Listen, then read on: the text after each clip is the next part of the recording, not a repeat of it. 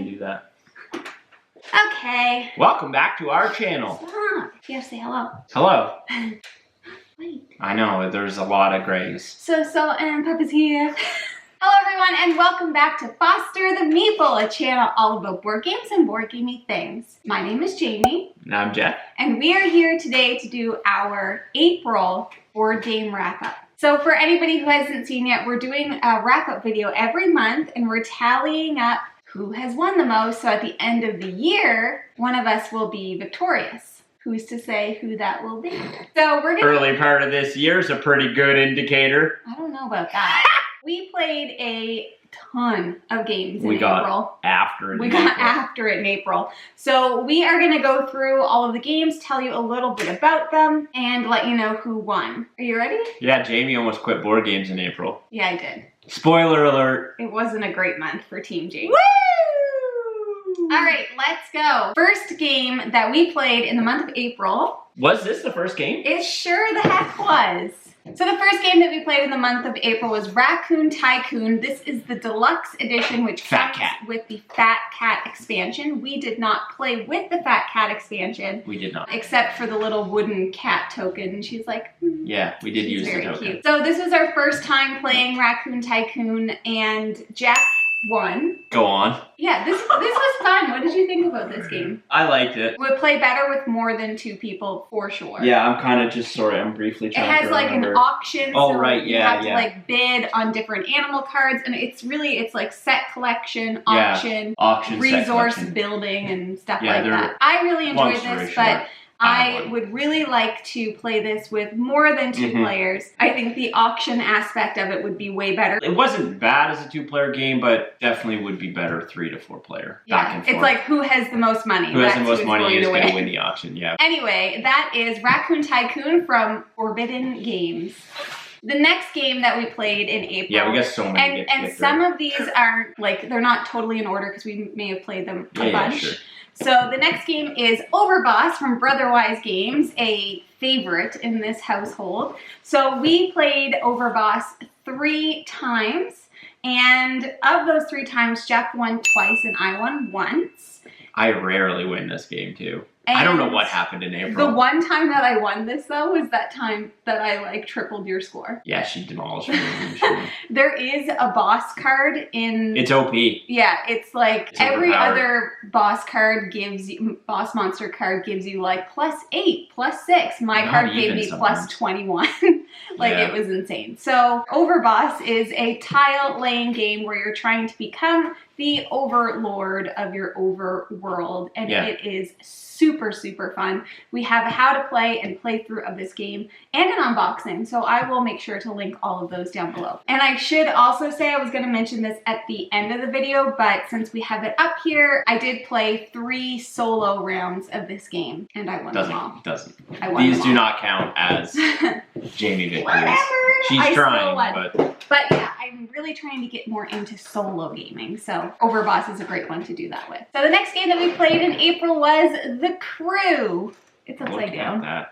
It's The Crew. You would think, I'm looking right at the camera and I'm like, it's fine. And this is from Cosmos, and this is a cooperative trick-taking game. I am the worst at trick-taking, so it's not great for Jeff to have me on the team. It's fine. So in The Crew, one person is the, like, commander. Yeah. And gets to determine kind of how things shape out. I'm really good at trick-taking games, so if I'm the commander, we actually have a decent shot. I think our neighbor just walked by and was like staring at us. Hey. If Jamie's the commander, it is a slog. Yeah, literally, because you have to draw like the 4 rocket card, and whoever has the 4 rocket is the commander. So every time I check my hand, I'm like, please, please, please don't be me. And I'm like, God damn it. Cooperative trick-taking, you kind of have scenarios. Yeah, but we played 5 and we won all 5. So even with me as a commander. We're still early on though. Like we're in the early. We did like all of the training ones, and then I think we did one of the real ones. Yeah.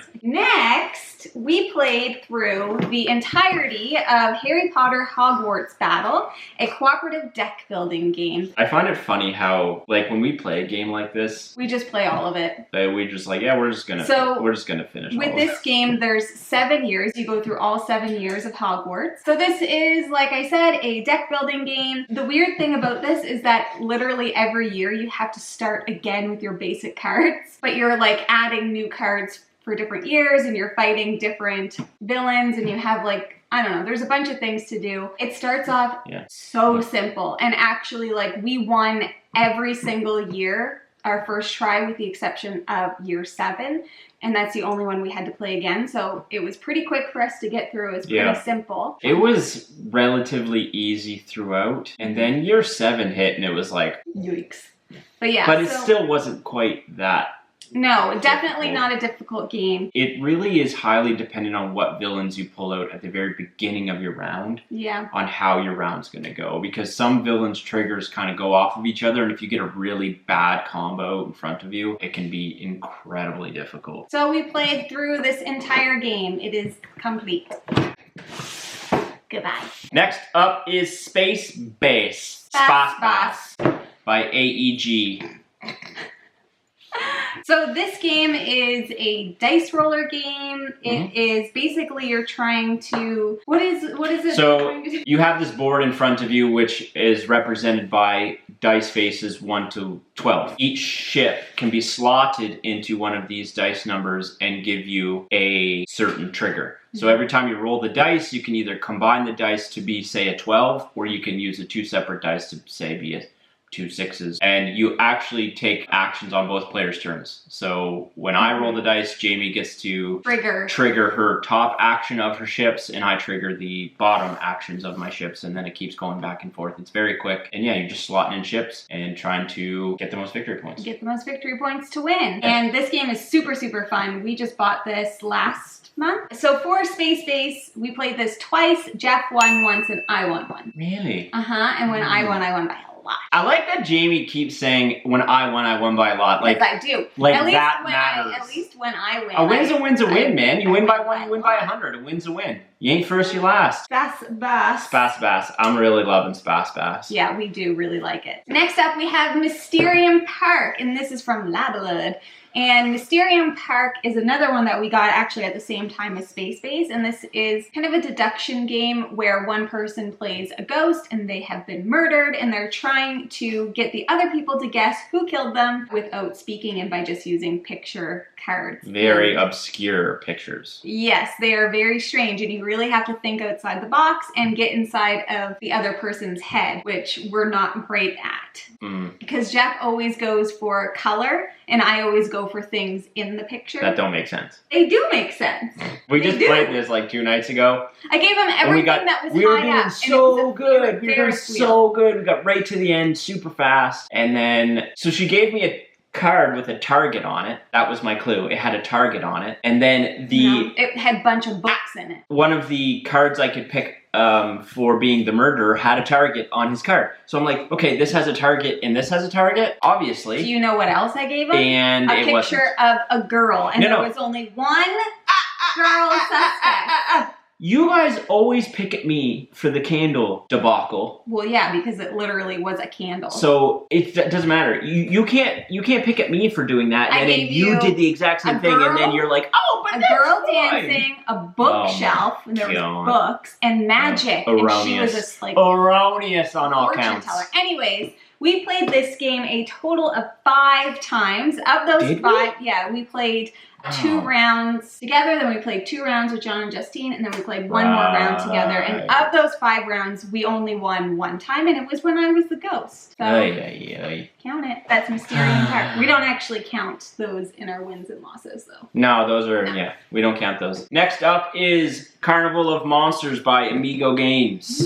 Another one that is becoming a quick fan favorite in our household. Love this game. This is a card drafting. It's card drafting. Set collection kind of deal. Kind of. So you're kind of laying out monsters and they have point values, but they have to be on the same corresponding land that they are from. So water monsters have to go on a water land type, and each monster is worth different point values. Yeah, and it's Richard Garfield who is the creator of Magic the Gathering. So the artwork is very similar. We love this game. I really love this game. Very simple. And we played it a total of 3 times. And of those 3 times, I won once, Jeff won once, and Jason won once. And we don't know how Jason pulled that win out because he was so confused. We do know how. Oh, he cheated. So it was Jason's first playthrough and we were teaching him and we forgot to tell him something and it was our fault. Yeah. So asterisk win for Jason. Asterisk win, Jason. Sorry, bud. Sorry. It was our fault. But still asterisk. All right. Next up. Sorry, not sorry. We have Gods Love Dinosaurs from Pandasaurus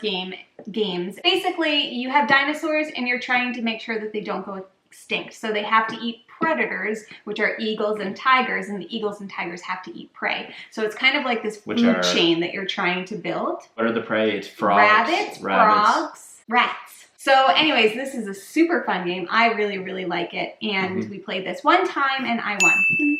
Get it out of here. I'd really like to play this again though because it was super fun. Definitely a game I'd like to play at more than 2 players too. Yes, there would be a lot more competition for the tiles that you're pulling, that's for sure. Next up, this was the game I dominated in. I remember this. Is Root by Leader Games, and we played this with Jason. You were the Marquita Cat. I was the Marquita Cat before I recently heard that the Marquita Cat is the hardest one to play with. Jason was Eerie Dynasties, and I was the Woodland Alliance. So this was the first time we got to play this game at a higher than 2-player count. Yeah. Root at a 2-player count is just not great. I would not recommend There's playing an expansion that allows or makes it better. Yeah, but I would say that the difficulty with Root is it's a tough game to learn. I'm going to sneeze. Very tough game to learn. 2, each faction plays completely differently. So you have to learn the game. You have to learn your faction. And, oh god.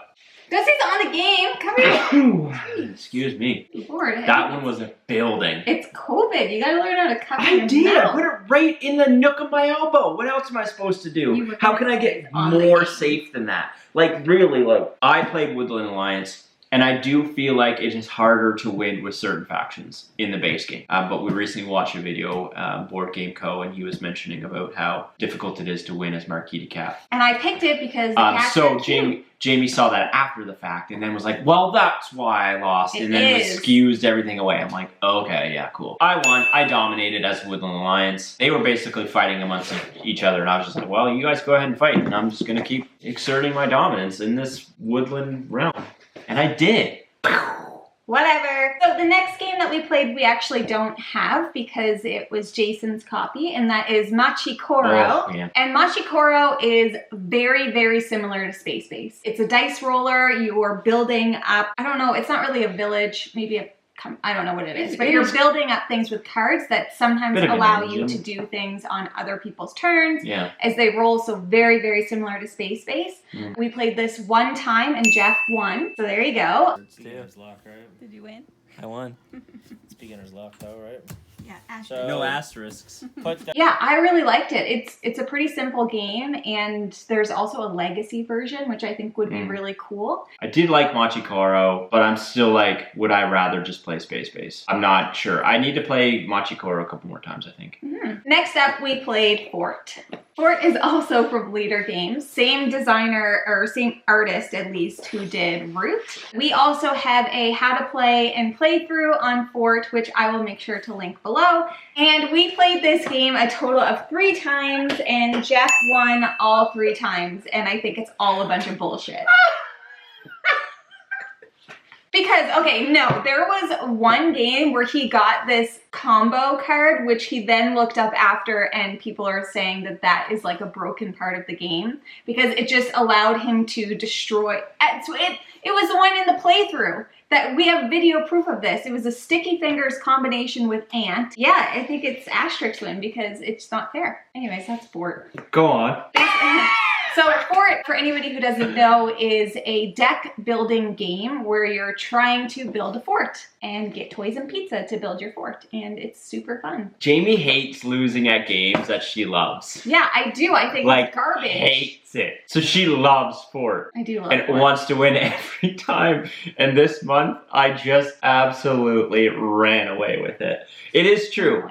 The Ant / Sticky Fingers combo is Game over if you can get that. There's like no point in playing against it. Oh, stop it. If it would have been rolls reversed, you would have just been like, give me that combo. Of course I would, but that's not. But it wasn't. I won 3 times. So the next game that we played was Marvel United, and this is from Simon Games, and we played this with Jason. We played, so this is a co-op game, and we played against Red Skull. Yep. So I was Iron Man, you were... I was Black Widow, and Jason was Ant-Man. Yep. And we lost. We did. I wouldn't say that this is a complicated game, but there are some situations that you can get in the game where you could kind of get like... Yeah, it was our first play. We were learning. Jeff doesn't like Marvel. I don't love Marvel. I don't love co-op games. I found with that one, it's very fast for a co-op game. Like, that round did not take long. No, it's a quick game, pretty easy to learn, and I liked it. Zach bought literally all of them, so we've got plenty more to try. I'm still a little bit confused on how the strategy works, because I feel like we were not close to winning, and I don't know what we would have done differently. We have The Lost Ruins of Arnak by Czech Games Edition CGE. There's so much glare. Lost Ruins of Arnak is a deck builder / worker placement board game. You kind of can win in multiple ways. There's a research track component. There is dig sites, so you're going to these sites and digging for loot, treasure, artifacts, but also will summon guardians, which are monsters you can fight. Primarily deck builder with a little bit of a worker placement component. We played this game one time and Jeff did win. I love this video. This is just so good. We love this game though. This is a game that's even fun even when you're losing. There was, when we played this one, you said something about, you said you're starting to cool in this game a little because you feel like the research track is overpowered. We tried to do different things. So this time I think you and I both tried to focus on digging and fighting monsters, where Jason focused on the research track. I think Jason won. 100% sure Jason won. All right, so Jason won this game. We'll just update. I'm 100% sure. Sorry, Jason. That's right. Jason went up the research track. We tried to do other things. Yeah, my growing concern with this game is that the point system on the research track is too much to ignore. In order to win this game, you have to pay attention to the research track to some degree. All right, next game we played is a new game that we discovered this past month. We've had it. Well, Zach has it, and it's lived at our house for a long time. We've never played it. And that is Role Player, and this is from, who the heck are you by? Cats. No, Thunderworks. Oh, I just can't read. Thunderworks. I thought it said Thunder Crew. So it's from Thunderworks Games. This is a dice rolling game where you are building up your character, basically. So you have like this huge bag of dice.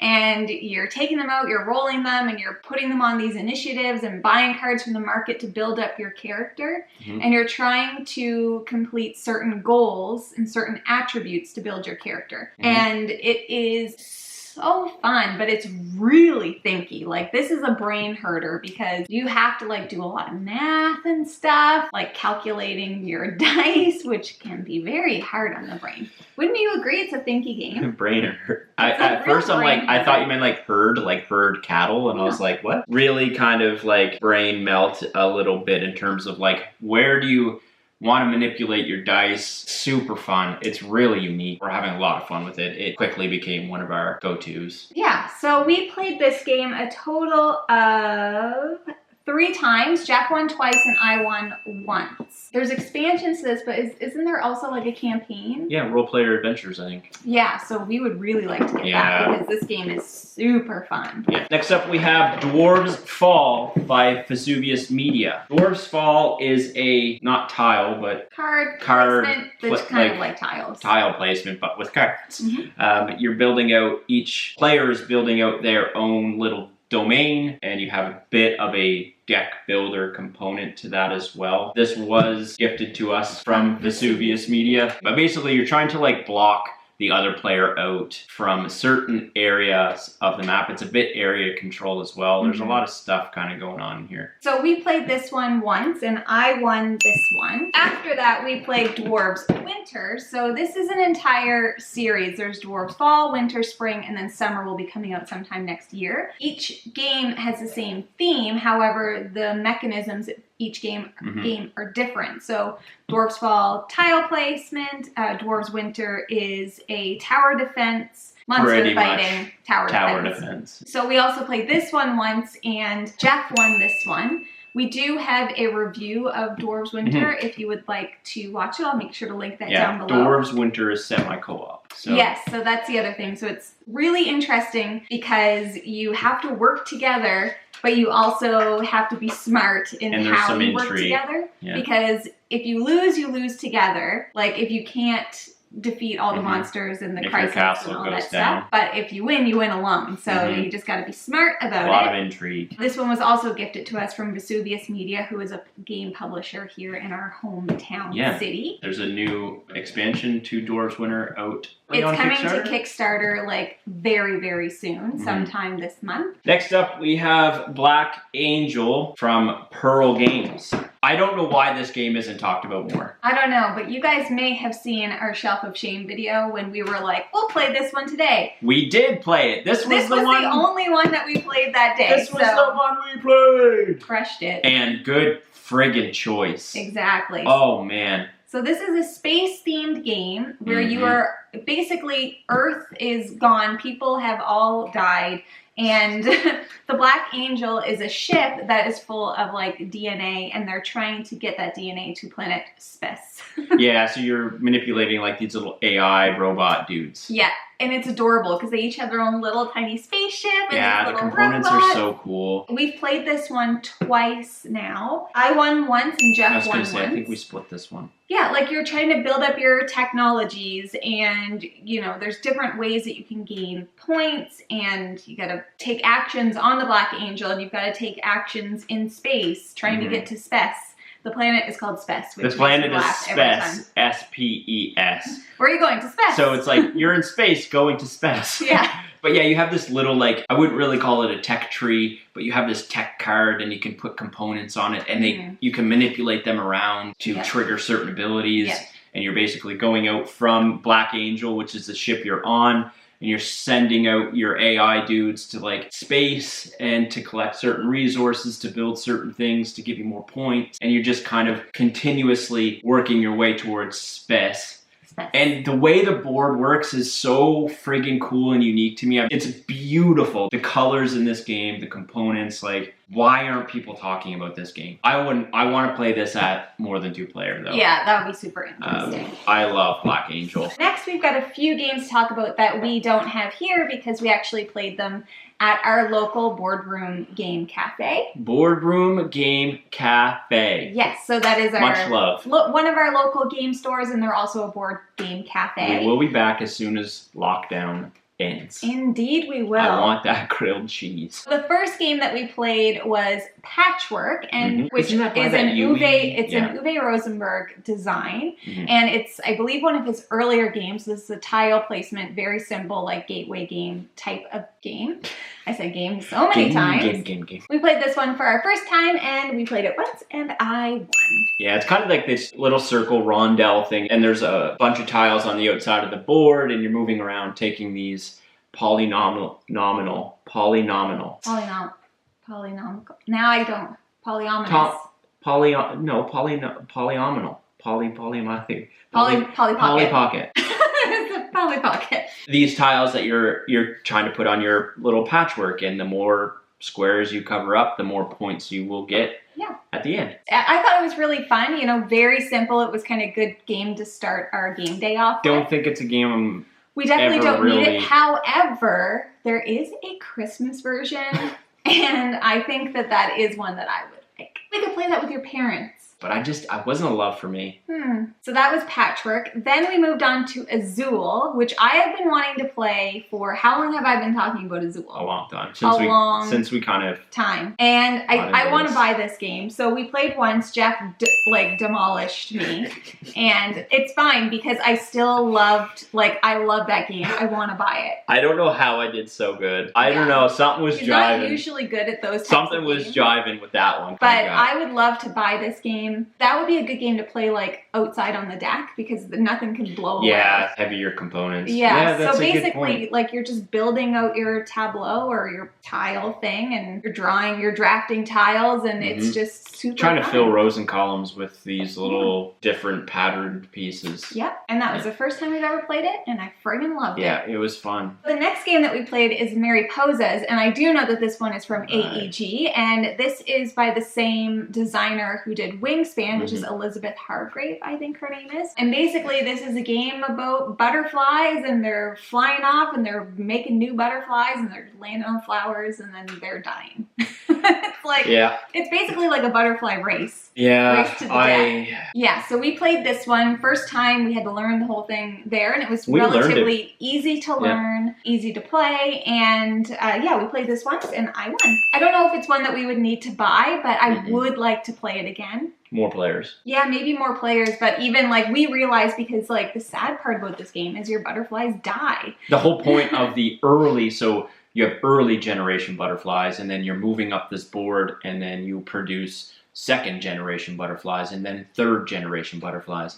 4. The earlier generations always die the next round. So what we weren't doing properly, we were sending them too far up. We were sending our later second and third generation butterflies too far up the board, because then you have to get back. If you send your second and third generation butterflies up to the top of the board, there's no way you're getting back. You ain't getting back. Anyway, it was really fun. Definitely different. Yeah, Nothing beautiful game. Like I've really before.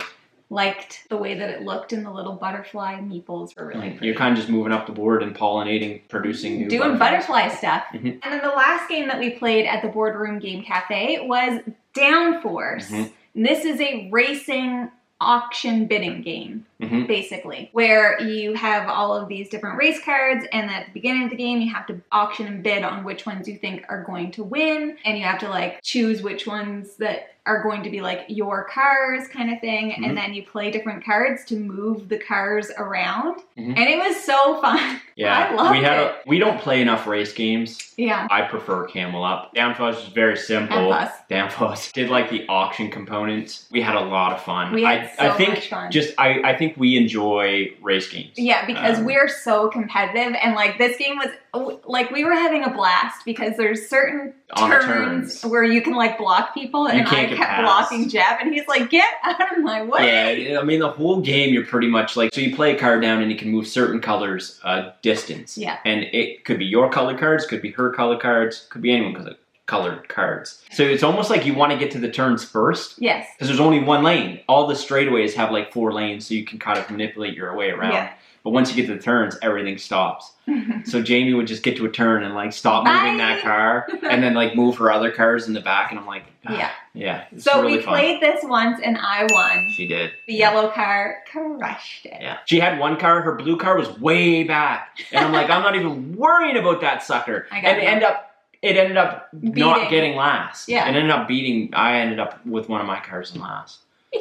Yeah, I had a lot of fun with that. Then we played a favorite, Wingspan. It's been a while since we played it, and we actually played this with the European edition. It's too far away.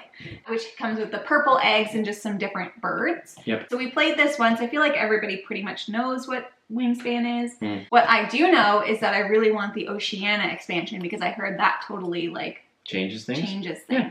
I think it's a game we play enough that we could. 100%. Love it. So we played this once, and Jeff won. Again, a game Jamie hates losing at because she loves it so much. And I usually win. And she usually wins. And I won. It's not been a good year. It's not been a good year. It hasn't actually been a good year for you. No, it so hasn't. far. It's been garbage. So that's Wingspan. Next up, we played Tiny Towns, but we played it with the Fortune expansion, so we'll just show the Fortune box, even though it's super thin. Super thin. By AEG. AEG. Basically, this adds to the game a money aspect, and then some different like cards and combos that you can do. Yeah, so it's pretty much a coin component now with new buildings, and then new victory point structure mechanic based off the coins and the buildings. So yeah, that's Tiny Towns Fortune. Tiny Towns Fortune. Very cute. I love Tiny Towns. Next, another favorite of mine, Takenoko. Another one that hasn't hit the table in a while. We haven't played this in forever. So this one is by Bombix. So this game, for anybody that doesn't know, has, I guess, a lot of different mechanisms, but basically you're trying to achieve, what are they called? Cards? You're trying to... What are the cards called? Objective cards. Objectives. Yeah. I think. Yeah, so you're trying to achieve different objectives to score victory point. First person to reach a certain amount of objectives. 10. Whoever has the most points wins. Right, yeah. Basically, you're moving a gardener who's building bamboo, and you're moving a panda who's eating the bamboo. It's friggin' adorable. Yeah. I love this game. And we played this once, and I won, so it's even more fun. I rarely win Takenoko. Rarely. Oh, I remember this. And if you pull an objective card that is already completed on the board, let's say, and you pull that corresponding objective card, you can play it right away. So Jamie needed one more objective card, and I needed one more objective card. She took one, and could play it down immediately. What was funny about it was I was like looking at the 3 piles, and I was like, what are the chances I pull something that's already done? And Jeff's like, for you, probably really good. And I was like, whoop! I was like, bam! Nailed it. After we totaled the points, she won because of the bonus she got for being the first to complete 10. Doesn't matter, I still win. Ridiculous. Winner, chicken dinner. Okay, next one. Next up is a bit of a beast. This is 7th Continent Serious Pulp. Serious poop game. Serious poop games. 7th Continent is a cooperative exploration game. Kind of a bit build your own adventure. You've come back from a mysterious 7th continent and you are feeling ill. People are dying that also went on your expedition. So you need to go back. You've been cursed. You need to go back and figure out why. This whole game is a puzzle. It's incredible. It is so good. And hard. And incredibly frustrating. I do not do well with that kind of frustration. Jamie does. It's very Mansions of Madness. Frustrating. I'm definitely able to like redo the same scenario over and over and over again until we get it. So we played one of the curses, one that the game recommends that you start with, and we lost. It's so hard. But we're just gonna keep on trucking. Yeah, it's one of those things you'll play once and then you're like, okay, we went here and that did this thing last time and we know we need to go do that again. Mm-hmm. And then you get more efficient. As frustrated as I get playing this game, once I get past that frustration afterwards, I'm like, frig, man, I love that. Yeah, we're getting down to it now, folks. Next up, we played Villainous, and this is from Ravensburger Games, just like the others. So we played this once, and we did not finish it because it was terrible. And I am literally so disappointed in this game. You say your piece, and then I'll say the quality of this game in comparison to the Disney Villainous games is atrocious. The components are trash. The gameplay is unbearable. And like, ask me how I really feel. Like, I'm so disappointed because I love Villainous. I love Marvel. Anyways, one of our subscribers has commented and said they have a house rule that they play with because there's an introduction of these event cards, which by the end of our, like nearing the end of the game, we were like, there's literally no way for either of us to win because we've been bombarded with these event cards. So they suggested that you pull 2 cards from the Fate deck and choose one. We tried to do it just the way that the game was designed to be played. Yeah, we just like nearing the end looked at each other and Jeff's like, do you want to finish this? And I was like, no, I don't. What do you think? Similarly to everything Jamie said, I wouldn't say the components are trash. They're pretty bad. Where in comparison to the original. Yeah, I just want to be clear that they're not trash. In comparison to the original Disney Villainous, they are. Yeah. So they're very plasticky. The cards are thin and weird. The Disney Villainous components are kind of like this plasticky resin and they're well sculpted. They look great. This one is just a bunch of plastic pieces. And I'm like, why would you downgrade that? To Jamie's point, the Fate deck is shared. It's completely randomized. So if you pull one card and that card gets laid down. So we were playing, we had multiple event cards which worked against either individually or as the group. And it just got to a point where we were spending more time trying to overcome the event cards than even playing the game. Yeah. And I was just, this game sucks. Yeah. Like we were not having fun. It's rare that I will say that about a game, but I had absolutely no fun playing this. None. I don't know why they changed the formula. We are going to try and play it again. As Jamie mentioned, we did have a subscriber, I apologize, I don't remember your name, that suggested pulling 2 fate cards and picking from the 2, and then playing that to limit the randomization. Not to be dramatic, but yeah, we didn't like it. We did not have fun with that. We will try it again, and we will give it the old college try and give it a fair shot. I don't want any deter anyone. I think if you have a chance, without buying it, if you have a chance to play it, try to see if you like it, do it. We really hope that the next time that we play it, we like it much more. Yeah. That's all I can say. Next up is one of our collective favorites. Did not get to the table as much as we would have liked, is Silver Bullet by Bezier Games. We freaking love Silver Bullet. We love Silver Bullet, and we do have a how to play and playthrough on this one as well, which I'll make sure to link below. There's werewolves, and you don't want them. So you got to make sure that you have the fewest points in your village. Each individual in your village attracts a certain amount of werewolves. You want to have as few werewolves in your village by the end of the round in order to succeed. Yes. We played this game twice, and I won once and Jeff won once, so even Stevens. I really want everyone to go play this game. Like, if you like 2-player games, we really like it. Silver Bullet is a must. Yeah, it's a big hit in our house. So the next game that we played in the month of April, we actually got through a lot that were on our shelf of shame. We did. This was one of them. So this is Smallworld of Warcraft from Days of Wonder, which is just a different variation of Smallworld, which we've played the original. We've played Smallworld Underworld or Underground or something. So we decided to test this one out, and it's got World of Warcraft characters. It's Smallworld. You would say the World of Warcraft aspect didn't add The only thing that I think it added was there's the 2 factions that exist in World of Warcraft exist in this game, and you can score additional points based off of defeating a opponent of one of those factions. The board's a bit different where there are now islands that you can travel to, but it's Smallworld. It's just... If you're buying this game, you're buying it for the World of Warcraft theme, in my opinion. I don't think that it adds enough to make it that much of a different game. I love Smallworld. I have a lot of fun with it. It's not great at 2-player, which we played it at, but yeah, I mean, if you like World of Warcraft and you like that theme, it might be something worth picking up. Yeah, I'd like to play it with more than 2 people as well. So we played this once and Jeff won. I have a really hard time with this game. She doesn't...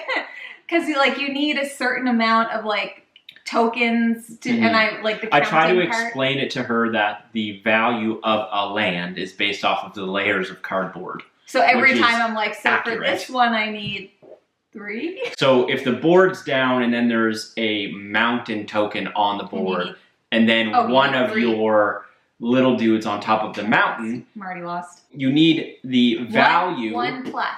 Of the land plus 1 to take it over. I really struggle. It's not that complicated. So yeah, Jeff won. My biggest disappointment with this game is that the little panda girl. She didn't get to be the panda girl. She was like the next one that was going to come up. Next up is Quack of Quedlinburg by North Star Games. This is a bag builder, push your luck game that I think most people have heard about by now. Yes, I love this game. Never, ever win this game. You will hear me talk about how poorly I do at bag builders. This is one of those games that Jeff is usually like, ugh, I don't want to play I never want to play this game because my luck is the worst. Yes. But however, guess what?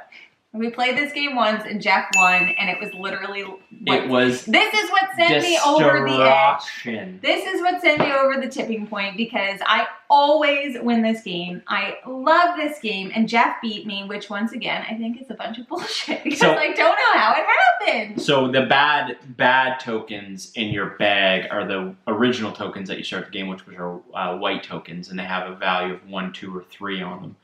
So in the last round, your bag is full of all of these awesome other tokens that you've put in throughout the game. And on the last round, I'm pulling out all these awesome tokens. Jamie pulled 4 straight white tokens in the final round. And it's... One more, I would have exploded. And it's like, how? I mean, you would have had maybe 6 of 26 tokens in there that would have been the white ones. I should have checked. And she pulled out 4 of them. I should have checked my horoscope for the month of April because normally that's me. And I'm like, that's how I feel when I play this game all the time. I still love this. Oh, I love that I won.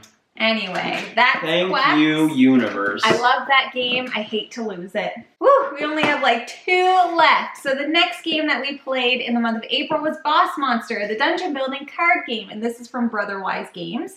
Boss Monster, same universe as Overboss, which we've talked about before, and it's been a while since we've played this. And we played this one time and Jeff won. I thought that I was going to win, but I didn't. So there's that. Do you have anything to say about Boss Did I Monster? only win once? I thought I won twice. Super simple. You're just kind of laying out different cards that would represent different rooms of your dungeon. And then you proceed a hero who are attracted to each person's dungeon. Oops. And then you proceed that hero through your dungeon and knock off hit points as they go through the different room levels, depending on how strong your stuff is. One last game. Last up for the month of April, Dungeon Mayhem. Simple card game. Very, very simple card game. It's take that action against each other. Each person has a hit point value up to 10. You're kind of building your hand out a bit and playing down cards, and certain cards may allow you to play other cards.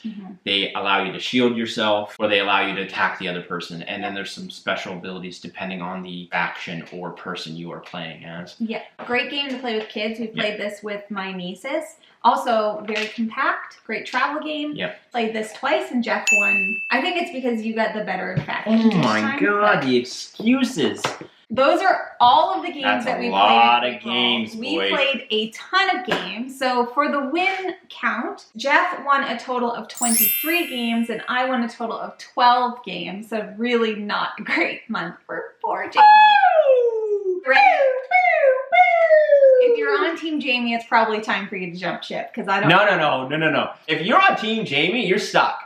You're stuck on the boat. I don't want any. This was just a bad month. No. I've been having a bad year altogether. No, I don't. So I don't need any of those fair weather fans. For January, February, March, April, May, or January, February, March, April, the totals are Jamie 37 and Jeff 48. So I am 11 behind.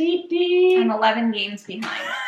So we're just gonna have to play a bunch of Santorini. Do you know what I love? That all like these games in front of us, I won the majority of these. Wow. These are like my trophies. Neat. That is all that we have for you guys today. Let us know down below what were your favorite games that you played in the month of April. We would love to know. If you like what you see, please subscribe. If you'd like to follow us on social media, please do so. On Instagram, we're at Foster the Meeple.